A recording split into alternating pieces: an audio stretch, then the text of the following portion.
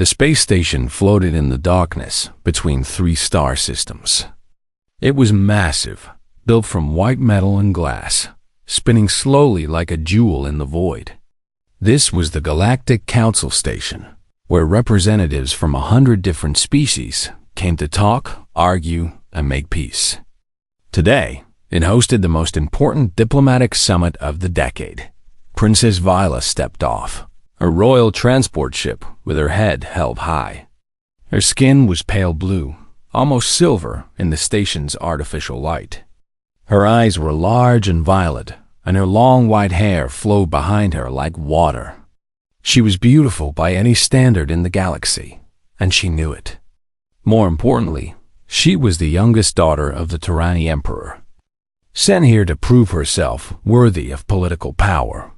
Behind her walked 6 attendants in matching robes and her senior advisor, Lord Corrin, an older Tyranny male with tired eyes and a permanent frown. He had served the royal family for 60 years and had seen many young royals make fools of themselves. He hoped Vela would not be one of them.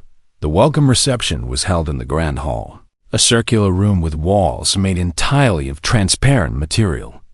Stars surrounded them on all sides, making guests feel like they were floating in space itself. Hundreds of beings mingled and talked, their translators working overtime to bridge the gaps between languages. Viola walked through the crowd like she owned it. She smiled at ambassadors, nodded at generals, and accepted compliments about her beauty and her father's wisdom. Everything was going perfectly. The Tyranny Empire was old and powerful, and other species treated her with the respect she deserved. Then she noticed a human. He sat alone at a small table near the edge of the room. While everyone else wore bright colors, expensive fabrics, and glittering jewelry, he wore simple black clothes with no decoration at all. No medals, no symbols, nothing to show who he was or where he came from. He was not tall, not short, not handsome, not ugly. He was simply ordinary. His black hair was cut short, and his dark eyes watched the crowd with quiet attention. He held a glass of something clear, probably water, and he did not drink from it. He did not talk to anyone. He did not try to talk to anyone. He simply sat and watched, like a shadow given human form. Viola had learned about humans during her education. They were a young species, barely 1,000 years into space travel. They had no great empire, no ancient history, no powerful psychic abilities like the Tyranny. Her tutors had called them aggressive but primitive, and clever but short-lived. They were newcomers to the galactic stage, tolerated but not respected. She felt a smile grow on her face. Here was a chance to show her wit, to entertain her attendants, to demonstrate her superiority. She changed direction and walked toward the human's table. Lord Corrin grabbed her arm. "Your Highness, perhaps we should greet the Ven ambassador first. He has been waiting to meet you." Viola pulled her arm free. "The Ven can wait. I wish to see this human up close. I have never spoken to one before." Corrin's frown deepened, but he followed. He had no choice. The human did not look up as Vela approached. He did not stand, as proper respect demanded when royalty came near. He simply continued watching the crowd, as if she did not exist. Vila felt her pride sting. She stopped directly in front of his table and waited. Still nothing. "Human," she said, her translator turning her musical Tyranny language into flat human speech. "Do you not recognize royalty when it stands before you?" The human's eyes moved slowly to her face. He looked at her the way one might look at a bird that had landed nearby. Curious, but not impressed. "I recognize you," he said. His voice was quiet, calm, without any emotion. "Princess Vela of the Tyranny Empire, third daughter of Emperor Toran the Wise. Then why do you not stand? Why do you not bow? I am not Tyranny. Your customs are not mine." Vila heard her attendants gasp softly behind her. No one spoke to a princess this way. She felt her face flush with anger, turning her blue skin slightly purple. "Perhaps humans do not understand proper behavior," she said, letting her voice carry so others nearby could hear. "I suppose we cannot expect much from a species that was still fighting with metal swords when my ancestors built their first starships." The human said nothing. "Tell me, human, what is your purpose here? Surely they did not send you to negotiate.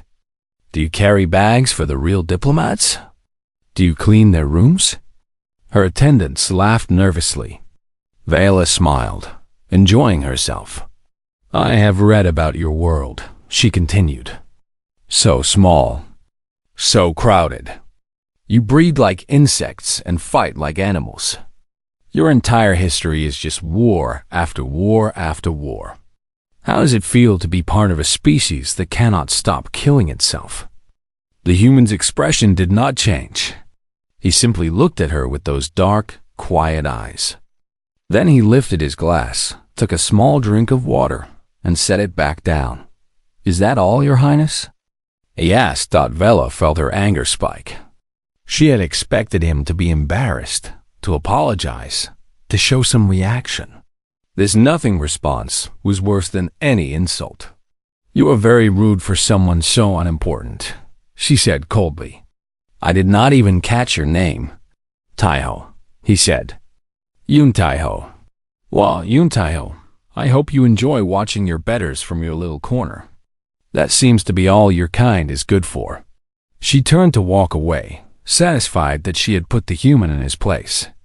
Her attendants followed, whispering about the human's strange behavior, but Lord Korun did not follow immediately. He stood frozen, staring at the human with wide eyes.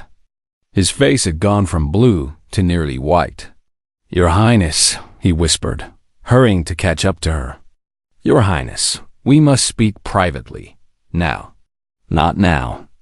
Korun, I want to try the Ven wine before it runs out." "Your Highness." "Please." His voice cracked with something she had never heard from him before. Vela stopped and turned. "What is wrong with you? You look like you have seen a ghost." Korun leaned close, his voice barely a breath. "That human. Do you know who he is?" "Some nobody. A servant or low-ranking officer." "No, Your Highness. That man is Yun Taiho." The silence. "The ghost of Catherine." Vela frowned. "I do not know those names." "No, you would not. The information is classified at the highest levels." Korun swallowed hard. "But I know them. Every senior diplomat in the galaxy knows them. And right now, every senior diplomat in this room is watching you because you just insulted the single most dangerous human being in existence." Vela laughed. But the laugh died in her throat when she saw Korun's face.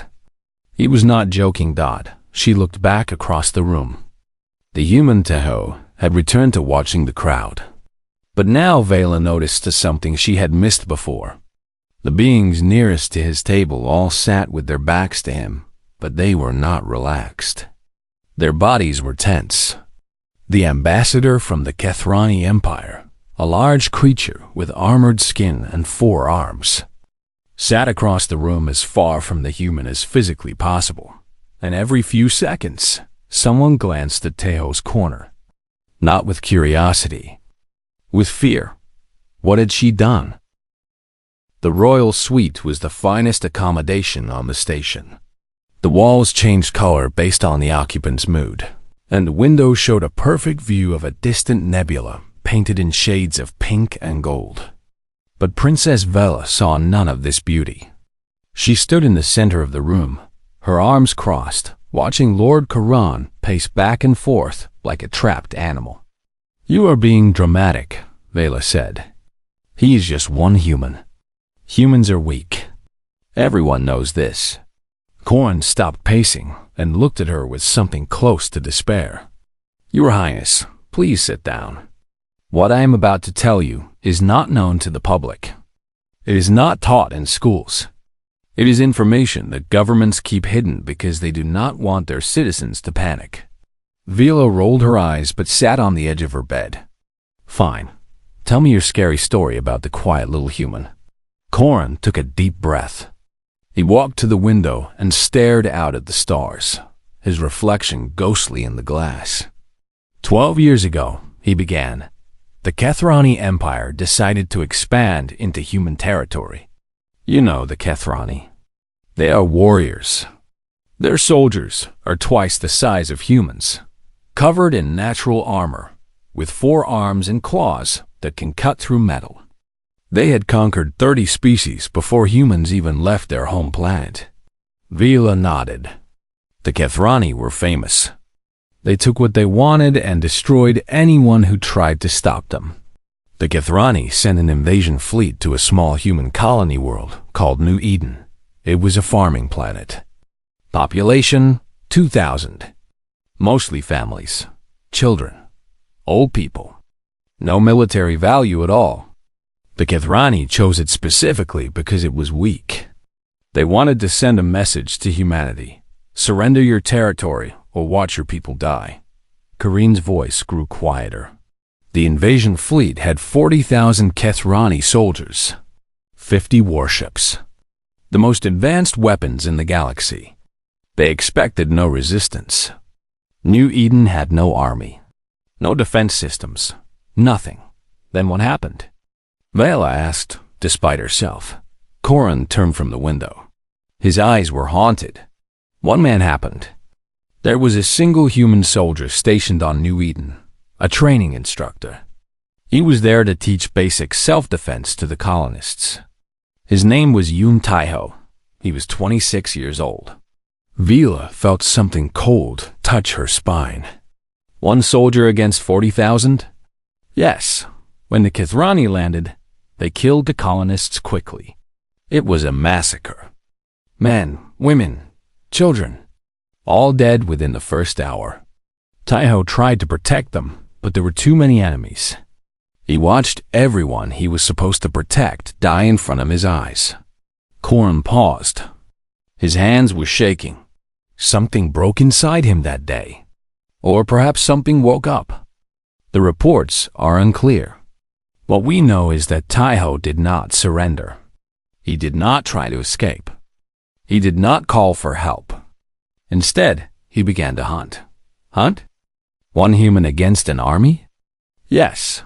The Kethrani fleet stayed in orbit for 3 days, waiting for their ground forces to finish securing the planet. During those 3 days, Taiho moved through their ranks like a ghost. He used the terrain. He used the darkness. He used their own weapons against them. He set traps. He started fires. He poisoned water supplies. He killed sentries in their sleep. He destroyed communication equipment so units could not warn each other. Corin sat down heavily in a chair, as if the memory was too heavy to carry standing.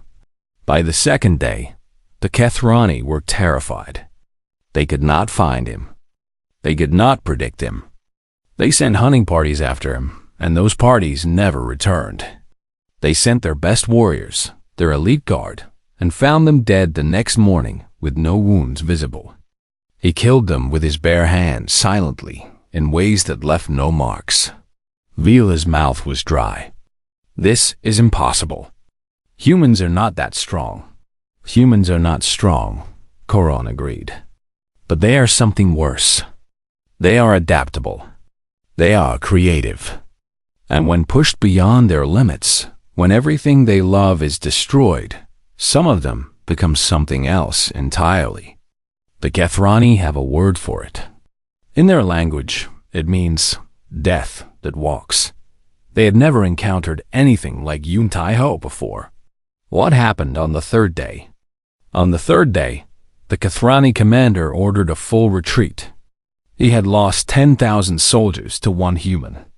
10,000. He called for his remaining troops to return to the ships and leave the planet immediately. Corin looked at Vila. They never made it. Taiho had spent 2 days learning their patterns, studying their technology, understanding their weaknesses. On the 3rd day, he stopped hiding. He walked directly into their main camp in broad daylight. They fired at him with every weapon they had. They hit him. They wounded him. It did not matter. He kept coming. That is not possible, Vela whispered. I have seen the footage, Your Highness. Classified footage recovered from Kathrani recording devices. I have seen a human male, covered in his own blood, walk through an army. I have seen him kill soldiers with broken weapons, with rocks, with his hands. I have seen him take wounds that should have killed him 10 times over and refuse to fall. The Kathrani call it blood madness. Humans call it something else. They call it seeing red.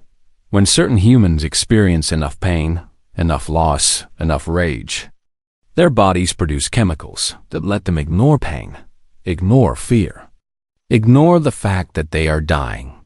Corin's voice dropped to a whisper. One man walked out of that colony, Your Highness. One man. The Kathrani did not. Vela sat in silence. The room felt colder than before. That cannot be true. 40,000 soldiers. One human. The Kathrani signed a permanent non-aggression treaty with humanity the following week. They gave up 3 star systems without firing another shot. They do not speak of New Eden. They do not speak of Yun Taiho, but they remember. Every Kathrani soldier is taught one rule above all others. If you see a human standing alone, watching silently, do not engage. Walk away. Run if you must. Because it might be him. And if it is him, you are already dead. Vela thought about the reception. The way the Kathrani ambassador had sat as far from Taiho as possible. The fear in his 4 eyes. Why is he here? She asked. At a diplomatic summit? Why would humanity send a weapon to a peace conference? Because he is not just a weapon, Your Highness. He is a message. His presence at any event guarantees that no one will attack human interests. 3 times in the past decade, hostile species have planned attacks at events where Taiho was present. 3 times, they canceled their plans the moment they learned he was there. He does not need to do anything. He simply needs to exist. He is humanity's silent promise. Harm us, and we will send him. Vela stood up and walked to the window. She stared at her reflection, at her pretty face, at the pride she had worn like a crown just hours ago. I insulted him. In front of everyone. I called his species primitive. I called him a servant. Yes, Your Highness. What will he do? Karun was quiet for a long moment. I do not know. That is what frightens me most. Yun Taiho has never harmed an innocent. He has never attacked anyone who did not strike first. But you humiliated him publicly. You mocked the deaths of his people, even if you did not know it. And no one, in 12 years, has ever dared to do that. Vela did not sleep that night. Every time she closed her eyes, she saw those quiet, dark eyes looking at her. Not with anger. Not with hate. Just looking, measuring, deciding. She had laughed at a ghost. And now she had to wait to see if the ghost would laugh back. The second day of the summit began with tension in the air. Princess Vela entered the council chamber with dark circles under her eyes and a heaviness in her steps. She had spent the night thinking about what Lord Coron had told her, turning the story over in her mind like a sharp stone. She found herself looking for Taiho the moment she entered. He was there, of course, sitting in the observer's section at the back of the chamber. He wore the same plain black clothes. He held the same posture of perfect stillness. He did not look at her. Vela took her seat among the Tirani delegation and tried to focus on the proceedings. Representatives from 12 species were arguing about trade routes and border disputes. It should have been fascinating. Instead, she kept glancing toward the back of the room. Lord Corin leaned close to her ear. You must stop looking at him, Your Highness. People will notice. She forced herself to stare forward, but she could feel his presence behind her like a cold wind. The morning session ended without incident. Delegates broke for a midday meal, scattering to different dining halls based on their dietary needs. Vala's group walked toward the Tirani section of the station, where food suited to their biology would be served. They never made it. The first explosion came without warning. The corridor filled with white light and deafening sound. Vala felt herself thrown against a wall, her ears ringing, her vision blurred. She heard screaming, or maybe she was screaming herself. When her sight returned, she saw chaos. The beautiful corridor had become a war zone. Smoke filled the air. Bodies lay on the ground, some moving, some still. Her attendants scattered in all directions, running from shapes emerging from the smoke. The shapes were Vorks. Vala recognized their angular bodies, their gray skin, their long limbs that moved with insect-like speed.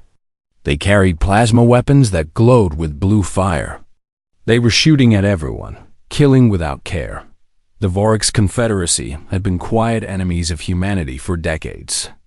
They resented how quickly humans had risen in galactic politics. Vala remembered something from her briefings. The Vorks believed that, if they could start a war between humanity and the other great powers, humanity would be destroyed, and the Vorks would fill the vacuum. This was not a random attack. This was an assassination attempt designed to look like human aggression. Lord Koran grabbed Vila's arm and pulled her down a side corridor. "This way, Your Highness." Quickly, they ran. Behind them, plasma fire burned through walls and ceiling. Vala heard screams in a dozen different languages. The station's alarm systems wailed, adding to the madness. They turned a corner and found themselves in a dead end. A maintenance room, locked and sealed. Karun pulled at the door, but it would not open. "We're trapped," Vala said, her voice surprisingly calm. Fear had moved past panic into something cold and clear. Footsteps echoed in the corridor behind them. A single Vorks assassin appeared at the corner, moving with the confidence of a predator who had found easy prey. He was tall, nearly 3 meters, with 4 eyes that glowed yellow in the smoke-filled air. In his long fingers, he held a plasma pistol aimed directly at Vila's head. "The princess," he said, his translator rendering his clicking speech into words. "Perfect. Your death will start a war that burns for 100 years.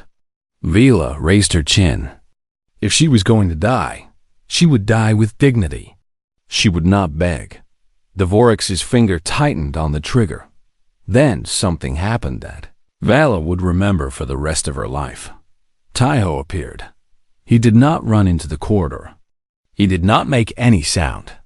One moment the space behind the Vorks was empty, and the next moment Taiho was there, as if he had always been there, as if reality had simply failed to notice him until now.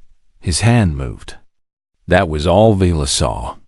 A blur of motion, faster than her eyes could follow. The Vorks' pistol flew from his grip and clattered against the wall. The assassin spun, all 4 of his arms raised to attack, but Taiho was already inside his guard. 3 seconds. Vala counted them later, in her memory. 3 seconds, and it was over. Taiho struck the Vorks in places that should not have mattered. The side of his neck, the joint of his primary arm, the center of his chest. Simple touches, almost gentle. But the Vorks collapsed like a puppet whose strings had been cut. He was unconscious before he hit the ground. Possibly dead. Vala could not tell and did not want to know. Taiho stood over the fallen assassin, not even breathing hard. He looked at Vala with those quiet, dark eyes. "You should find better cover." "Your Highness." His voice was the same as before. Calm, soft, without emotion. Then he walked past her, toward the sounds of gunfire and screaming, moving in the direction that every sane creature was running from. Vala found her voice. "Wait, where are you going?" "That is suicide." Taiho paused but did not turn around. "There are people dying." He walked into the smoke and disappeared. Lord Corran pulled Vela into the maintenance room, which had somehow come unlocked during the chaos. They hid there, listening to the sounds of battle outside. Plasma fire, explosions, screams. But the screams began to change. At first, they were screams of victims.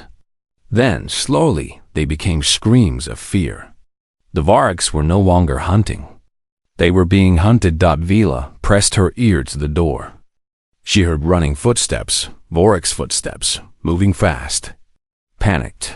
Then a sound like a body hitting the floor. Then silence. More footsteps. More silence, over and over. The same pattern. Running. Impact. Silence. After what felt like hours, but was probably only minutes, the station's security forces arrived in force. The all-clear signal sounded. Lord Corran opened the door carefully, and they stepped out into a corridor that had become a graveyard. Vork's bodies lay everywhere. Some had been shot with their own weapons. Some had been killed by hand. Some showed no visible wounds at all, just like the Kethrani soldiers from Corran's story. They lay in poses of terror, their 4 eyes wide, their mouths open in final screams. And walking toward them, through the smoke and blood, came Yoon Tae-ho. He was wounded. Vala could see burns on his arms where plasma had grazed him. His black clothes were torn and stained darker with blood, some of it his own. But he walked steadily, calmly, as if he was taking a morning stroll.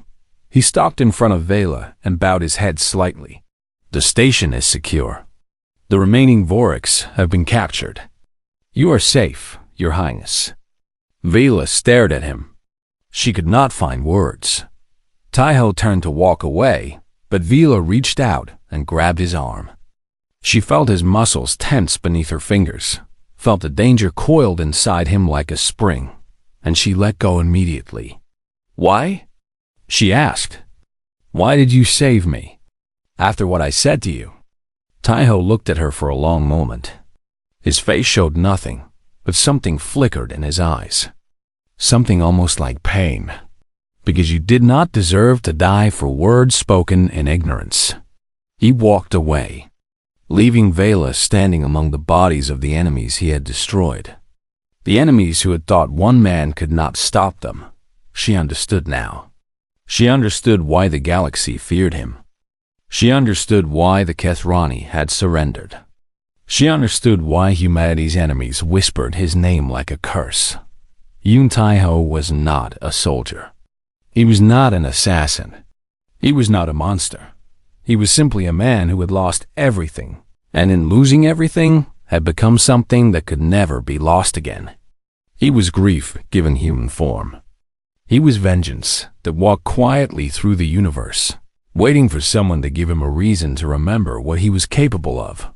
And Vela had mocked him. She had laughed at his silence, not understanding that his silence was mercy. She began to cry, and she did not know if she was crying from relief or shame. 3 days passed after the attack. The Vork's conspirators were arrested and taken away in chains. Their government claimed no knowledge of the assassination plot, but no one believed them.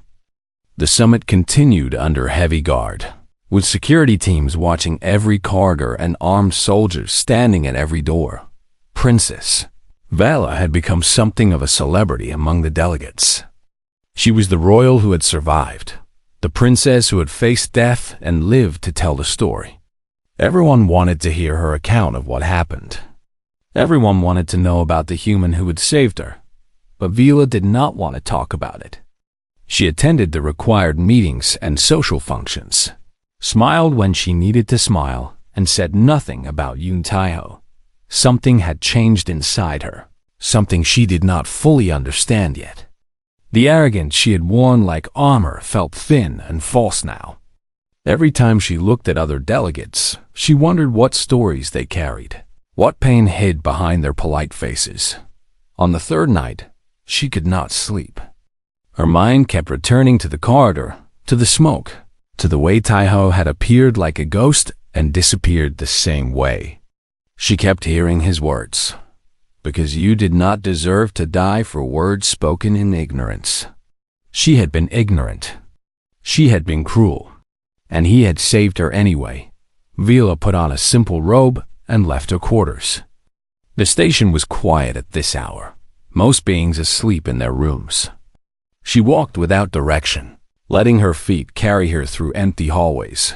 She found him on the observation deck. Taeho sat alone in the darkness, facing the great window that showed the endless spread of stars.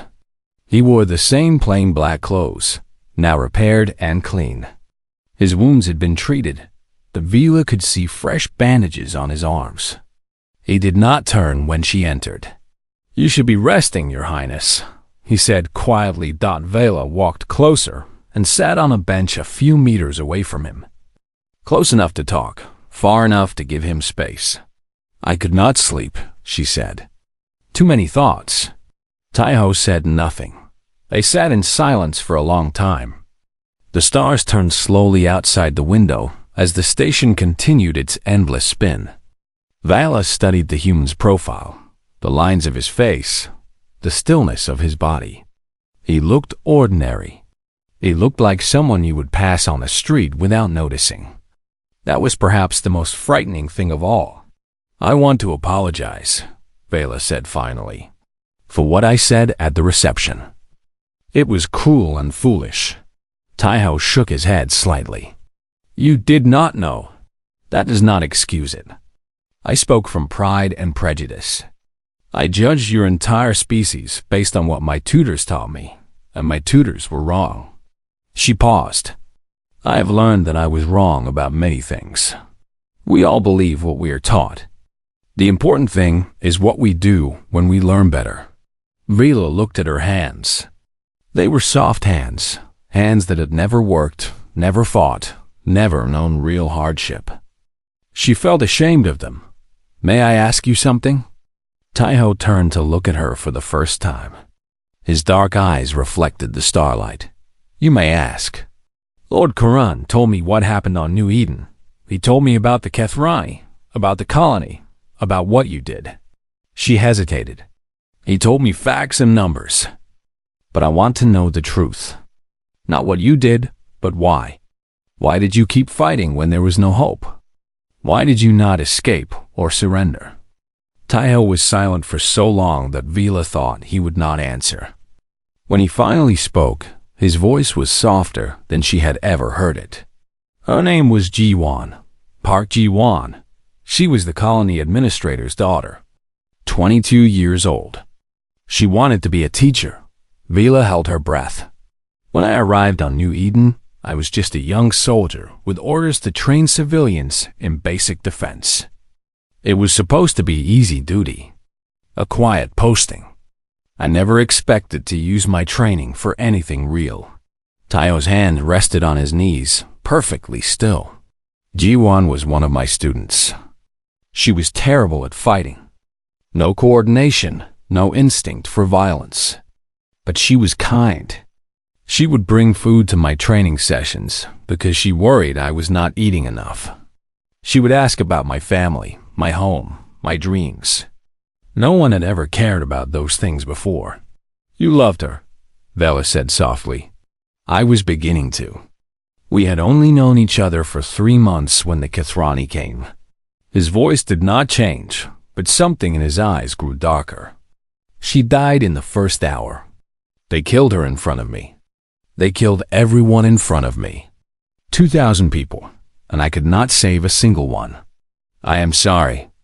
When the last colonist fell, something inside me broke. Or maybe it finally started working the way it was always meant to. I do not know. I stopped feeling fear. I stopped feeling pain. I stopped feeling anything except a single clear thought. They would pay. Every single one of them would pay for what they had done." Taeho looked back at the stars. "I did not fight because I thought I could win. I fought because I had nothing left to lose. When you have nothing left, you become free in a terrible way. Nothing they did could hurt me anymore. I was already dead inside. My body simply had not realized it yet. Vila felt tears forming in her eyes. She had expected a story of heroism, of strength, of triumph. Instead, she heard a story of loss and grief and rage so deep it burned away everything human and left only a weapon behind. How did you survive? Lord Corn said you were wounded badly, but you should have died many times. Humans have a survival mechanism. When we experience extreme trauma, our bodies produce chemicals that let us push beyond normal limits. We can ignore pain, ignore exhaustion, ignore wounds that should kill us. Some call it adrenaline. Some call it blood rage. The Kethrani call it our curse. Our curse? They believe that humans were touched by death itself, that we carry a piece of darkness inside us that wakes up when we face extinction. They are not entirely wrong. Taiho turned to face her fully. For the first time, Vala saw something in his eyes besides emptiness. She saw weariness. She saw the weight of 12 years carrying a legend he never asked for. I am not a hero, Your Highness. I am not a symbol of human strength. I am a broken man who did terrible things because terrible things were done to him. The galaxy fears me, and they should. But they should also pity me, because I would give anything to go back to that quiet colony and live a simple life with a kind woman who wanted to be a teacher. Vila wiped her eyes. You saved innocent people 3 days ago. You saved me. I saved you because I could not save her. I save everyone I can because every life I protect is one I did not protect on New Eden. It does not bring them back. It does not make me whole. But it is all I have left. That is not nothing. That is something good. Taiho almost smiled. It was the smallest movement of his lips, gone almost before it appeared. But Vila saw it. You are kinder than you pretend to be, Princess, and you are more human than the stories say. They sat together as the stars turned. Two strangers from different worlds who had found an unexpected understanding. Vela thought about pride and prejudice, about the stories we tell ourselves about others, about the truth that hides behind every legend. What will you do now? She asked. After the summit? I will go where humanity sends me. I will stand in rooms and let people fear me so they do not attack what I protect. I will be the silence until I am no longer needed. That sounds lonely. It is. But lonely is better than the alternative. Lonely means no one else dies because of me. Lonely means I cannot lose anyone else. Vila stood up. She walked to Taiho and did something that would have shocked every member of her court. She bowed to him, the deep bow reserved for warriors who had earned the highest honor. Thank you, she said, for saving my life, for telling me your truth. I will not forget either. Taiho inclined his head in return.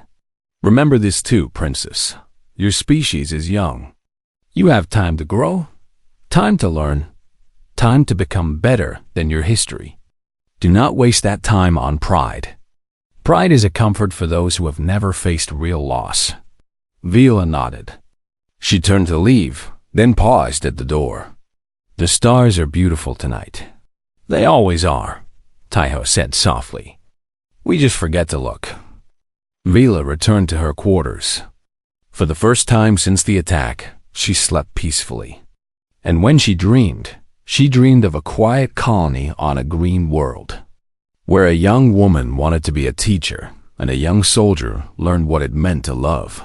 Some dreams were beautiful because they showed what could have been, and some tragedies were noble because of what they left behind.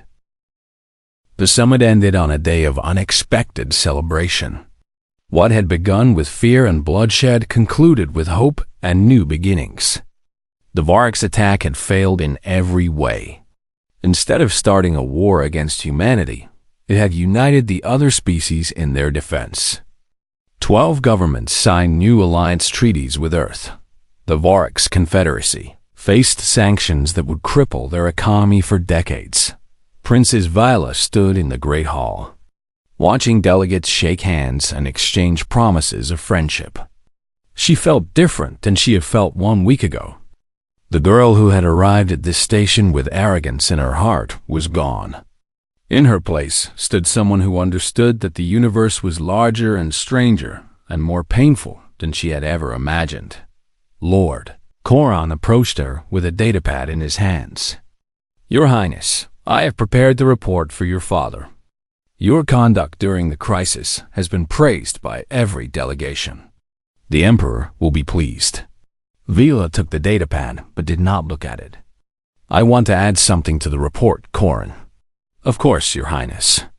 I want to recommend formal diplomatic relations between the Turani Empire and humanity. Full relations. Embassy exchanges. Cultural programs. Everything. Coron's eyes widened. Your Highness, that is a significant step. The Council of Advisors will need to approve such a proposal, and many of them still view humans as beneath us. Then they are fools, and I will tell them so. Vila turned to face her advisor. I have seen what humanity is capable of, Coron. Not just the violence, but the heart behind it. They are a young species, yes. But youth means potential. It means they are still becoming what they will be. I would rather have them as friends than as enemies. Coron studied her face for a long moment. Something shifted in his old eyes, something like respect. You have changed, Your Highness. I have grown up, finally. She handed back the datapad. Make the recommendation. I will handle my father. The departure ceremony began an hour later. Ships of every design filled the station's docking base, preparing to carry delegates back to their home worlds. Vila walked through the crowd one last time, saying goodbye to ambassadors she had come to know. Promising to continue conversations they had started, she saved her most important farewell for last. Taiho stood near the human delegation ship, a small vessel with clean lines and no decoration. He was speaking quietly with the human ambassador, a woman with gray hair and sharp eyes. When Vela approached, the ambassador nodded politely and walked away, giving them privacy. You are leaving, Vela said. Yes, there is a trade negotiation next month on the other side of the galaxy. They requested my presence, to scare people, to remind them that the peace is valuable. Vela smiled. It was a real smile, the first one she had felt in days. I wanted to thank you again, and to tell you something. Taiho waited. When I return home, I am going to change things. I am going to rewrite how we teach our children about humans. No more calling your species primitive. No more stories about violent apes. I want Turani children to learn the truth, that humans are brave and loyal, and capable of great love even when it destroys them. Taiho's expression did not change, but Vila saw something soften in his eyes. That is kind of you, princess. It is not kindness. It is justice. Your people deserve to be understood, not feared. She hesitated. And you deserve to be remembered as more than a monster. I am not sure I deserve anything. Then let me decide for you. I am a princess. Deciding things for people is what I do. For a moment, so brief that Vila almost missed it, Taiho laughed. It was barely a sound, more like a breath caught unexpectedly in his throat. But it was real. It was human. You are unlike any royal I have ever met, he said. Good. Royals should not all be the same. That would be terribly boring. They stood together in comfortable silence. Around them, the station hummed with departure preparations. Engines powered up. Airlocks sealed. Announcements echoed through the halls in a dozen languages. I will probably never see you again, Vela said. Will one? The universe is large, but smaller than people think. Taiho reached into his pocket and pulled out a small object. It was a stone smooth and dark, polished by years of handling. This is from New Eden, from the garden where Jiwan used to sit and read. He held it out to her. I cannot take that. It is precious to you. That is why I want you to have it. You asked me to remember that I am more than a weapon. This stone will help you remember that humanity is more than soldiers and killers. We are also poets and teachers and farmers who build gardens on distant worlds. Vila took the stone. It was warm from his hand, smooth against her fingers. She felt tears threatening again and fought them back. I will keep it always. I know you will. The final boarding call sounded for the human ship. Tai-Ho turned to go, but Vila reached out and touched his arm, gently this time. Not grabbing. Tai-Ho, one more thing. He looked at her. The woman you loved, Jiwon. What would she think of who you have become? Tai-Ho was still for a long moment. The question hung in the air between them, heavy with meaning. She would be sad, he said finally. She would wish I had found a gentler path. But she would understand. And I think, if she could see me now, she would be proud that I still try to protect people. She always believed that protecting others was the highest calling. Then she was very wise. She was. Far wiser than me. He stepped back, breaking their contact. Goodbye, Princess Vela of the Turani Empire. May your reign be long and peaceful. Goodbye, Yun Tai-Ho of Earth. May you find the peace you deserve. He walked up the ramp into his ship. The door closed behind him. Vela stood and watched until the vessel detached from the station, until it turned toward the stars. Until it disappeared into the infinite darkness. She held the stone tight in her hand. Years later, Vela became the Empress of the Turani after her father's death. She was known as the Bridge Empress because of her work building connections between species who had never trusted each other before. Under her rule, the Turani and humanity became the closest of allies. Their children grew up learning each other's languages, studying each other's histories, understanding that strength came in many forms. In her private chambers, she kept a small stone on her desk. When advisors asked about it, she would smile and say it was a gift from an old friend. When her children asked, she told them the story of a quiet human who taught her that true power did not need to announce itself, that the most dangerous beings were often the most gentle, and that redemption was possible for anyone willing to choose it. And somewhere in the galaxy, moving from world to world like a shadow, Yun Tai-Ho continued his silent watch. He grew older. His hair turned gray. His movements slowed, though only slightly. But he never stopped protecting the innocent, never stopped standing between the weak and those who would harm them. He received word of Vela's coronation through official channels. He received word of her marriage, her children, her reforms. He never sent a message, never attended a ceremony, never appeared in any record. But he watched. He always watched. On the anniversary of New Eden's destruction, every year for the rest of his life, Tai-Ho would find a quiet place and look at the stars. He would remember a colony that no longer existed, a people who had trusted him, a woman who had wanted to be a teacher, and somewhere on a throne far away, an empress would hold a small stone and remember that humanity had earned its place among the stars not through conquest, but through something far more powerful. Love, loss, and the terrible, beautiful promise that some things were worth protecting at any cost. The galaxy had learned to fear the silence. But for one Turani Empress, he would always be something else entirely. He would be the quiet human who had shown her what it meant to be truly strong.